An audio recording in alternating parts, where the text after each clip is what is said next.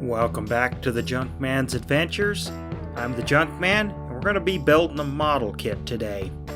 It's of this Datsun 720 pickup. I'm going to customize it into a memory of a friend's vehicle, and I'll put a little bit of video up here in the corner to show you the vehicle that I'm replicating. Opening up the box here, I'm going to just show you what's inside. There's the instructions, got the plastic. This is a very low parts count kit. I believe it's only 50 pieces. So it goes together pretty quick, but it's not super detailed, but we're going to take care of that. Here's some of the trees, and as you can see, a lot of the parts are molded in on the frame, and I kind of don't like that because then I can't easily paint them separately, but we'll pick them out later.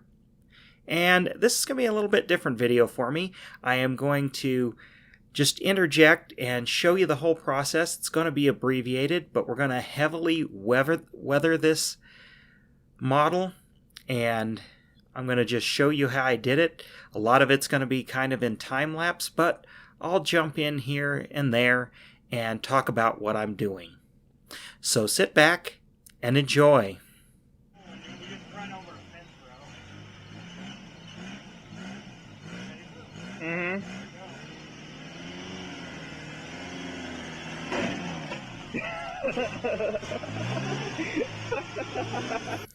Now we're just cutting apart some of the parts here, and I need to modify this frame. I wanted to cut this fake spare tire out because that doesn't look realistic. Plus the real pickup did not have a spare tire mounted under there. As a matter of fact, it didn't have a spare tire, so we need to get rid of that. That's one modification that I'm going to make to this kit, among others.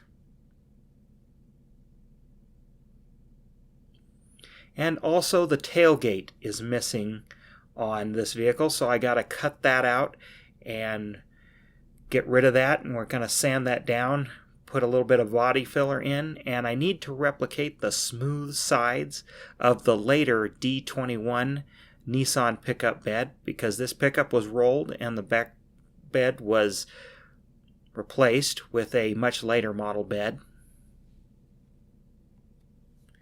And here I'm customizing some of the headlights. I'm taking out the marker lights because they are broken out. But I do need the bezels to mount the actual clear parts of the headlights, and just sanding those up. And we're on to some initial painting here. I'm going to start with a brown color on everything to kind of get a base coat of some rust, but we're going to go through some different shades of reds and oranges, spritzing them and everything just to simulate some worn and rusty parts.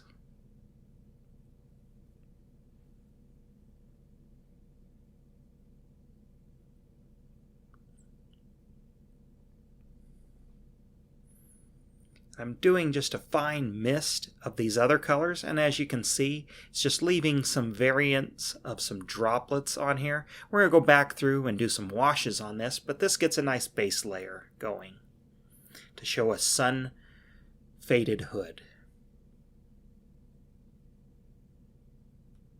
Again, putting a base coat of a nice brown rust color, and we'll go over with some lighter colors to kind of fill in and highlight some things.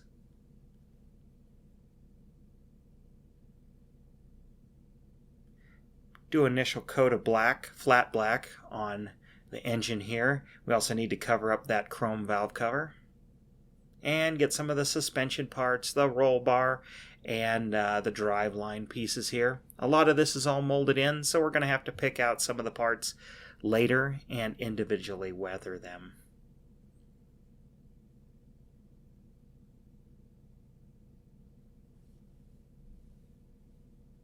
And I chose a nice tan color that approximates the original interior of the pickup. Getting all those parts painted up. And then we'll flat coat these because I don't want them to be too shiny. And here's what the body is. We did a little bit of a dent in the front there, just like the real pickup was. So I heated it up with a heat gun and just kind of pressed it with a hobby knife and a screwdriver. Then I cut this part of the door out because that front fender was pushed in when the deer or whatever was hit. And then we just need to make another little dent up here, and this is how I did it. Just soften the plastic just a little bit, and then just ever so slightly just work it until we get the desired effect.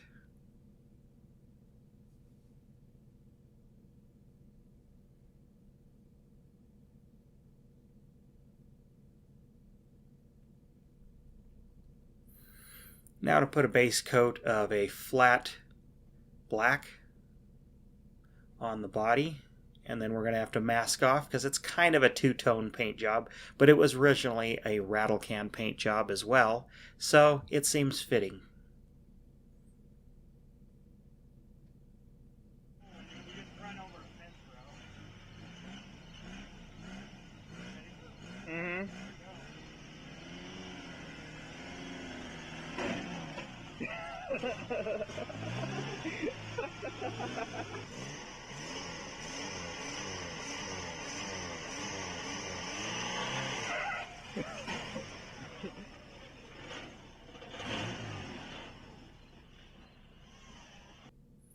And here's all our painted parts, or at least the preliminary paint that goes on these. Now we can get into some weathering. Added some rusty weathering powders here, and now we're detailing up the engine because it has an aluminum head, so I want to pick that out, but it's also very corroded, so I don't want it too shiny. Pick out the little freeze plugs there on the side. All these little details are going to help with the realism in the end.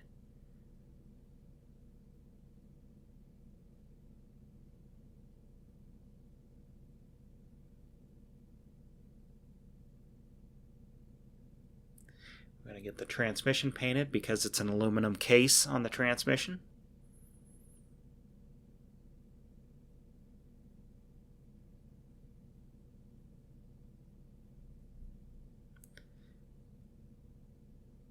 And here I want to simulate a rusty engine block because it is a cast iron block with an aluminum head. So the block part will be rusty. And I want to simulate some different gradients, so I'm going to use various different rust type colors and browns. And the messier the better.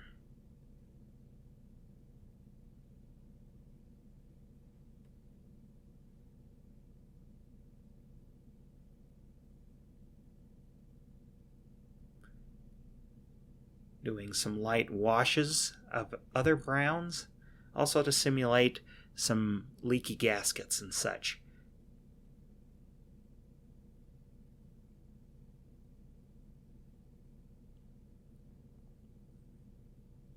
And I did wear away a little bit of the paint to reveal the chrome underneath to simulate the aluminum showing through underneath the paint.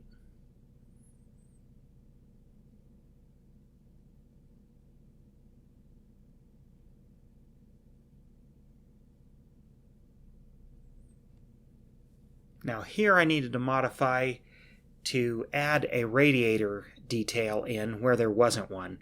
Because I'm cutting the grill out, we need to be able to see the radiator in there.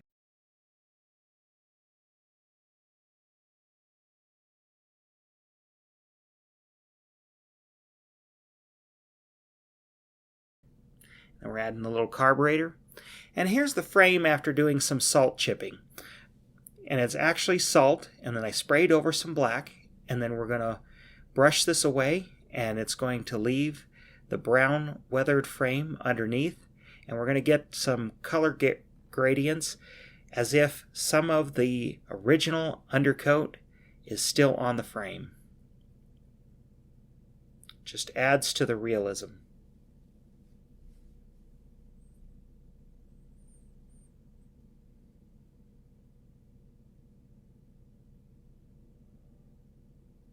Now we're just kind of picking out some more details, adding a wash in there to add some shadow. Now we need to rusty up that exhaust.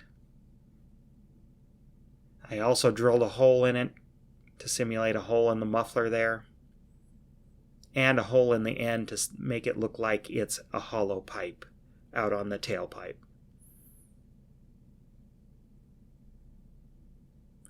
Now I'm just brushing on some weathering powders to dirty up and rust up those springs, the leaf springs, and the axle housing. We'll also put some grease in some various places. Here's with the engine installed. And here we'll add the front end, which has the differential and everything, and drive shaft. And now we need to pick out, because the front end is an aluminum case, so we need to pick that out, leave the CV joint boots black, and then make the half shafts a brownish rusty color.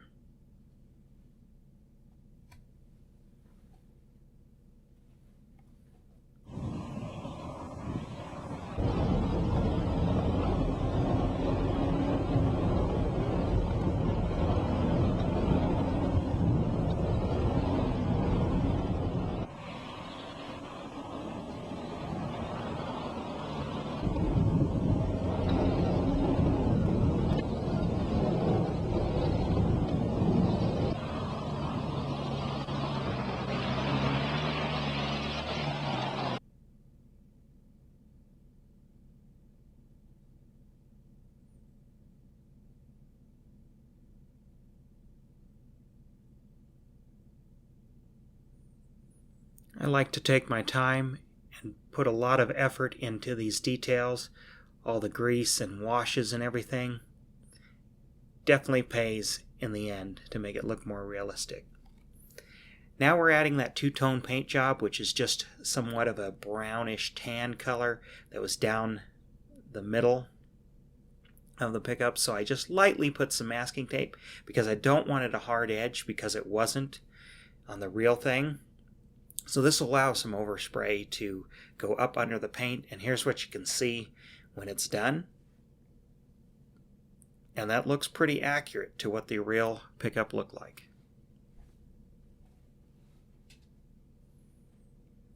Now we're running some weathering powders into the engine compartment, some preliminary weathering there, because some of those places we won't be able to reach.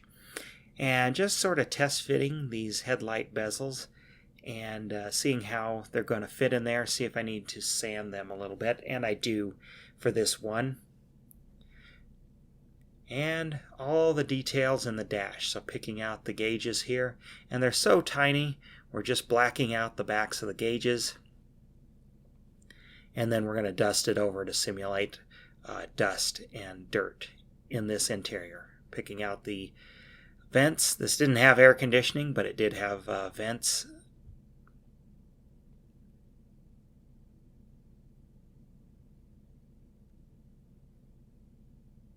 We'll also pick out things like the radio and the heater controls and that little package tray under there. Just adding some shadow and depth.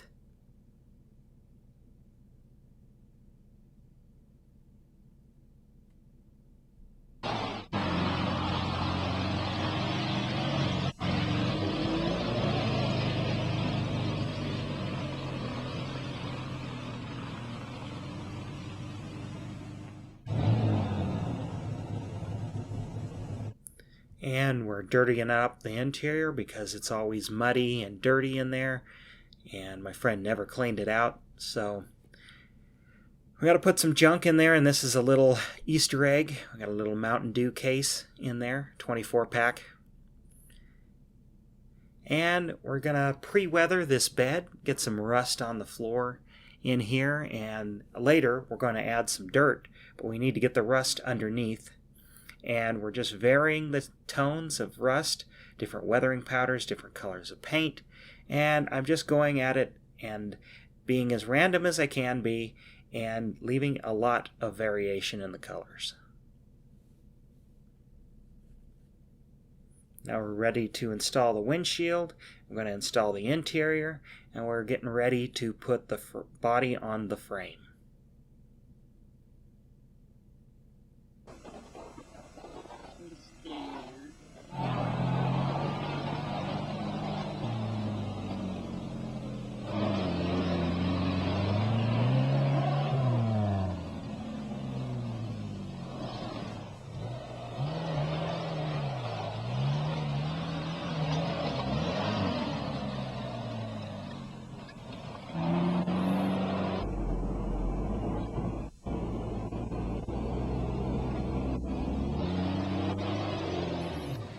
Now some little detail work, just picking out some rusty areas in this dent where the paint got scraped off when it hit a post or a deer or something. Same here, I drilled and dented in some holes in the cab corner. Actually, for the most part, this truck wasn't that rusty in these places, but I thought I'd add some details just for some realism. And there we go, we have the body on the frame, and we're getting ready to put the wheels on, and then do some more weathering, of course.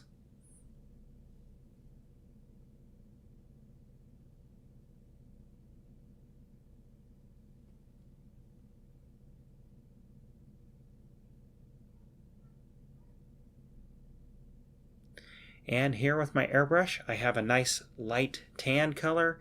We're just going to dust up the lower half of the pickup, and it sort of blends and starts to tie everything together. Just light misting coats. Don't want to overdo this step because you can't go back if you put too much on. There's town.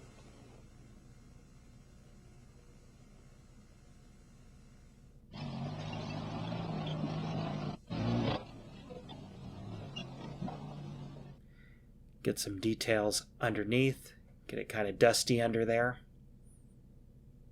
just so we don't have too much of that black showing, because that wouldn't look realistic in this situation. But we don't want to kill all our dark, because that's what makes it look real.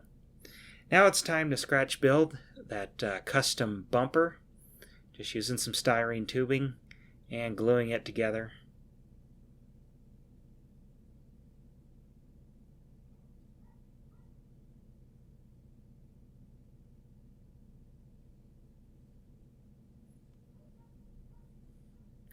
And now it's time to put the little spark plug wires on the spark plugs.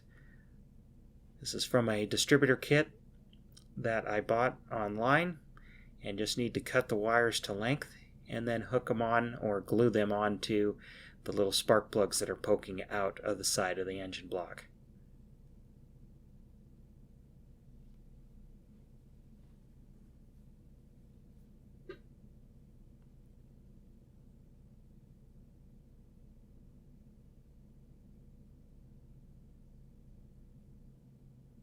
And here it is. It's finished for now, but I'm actually going to put a couple more details in the bed, another little accessory, which will be a separate video, so stay tuned for that. Subscribe, like the channel, like this video, check out my website. There's more pictures over there, links in the description, and I thank you for watching.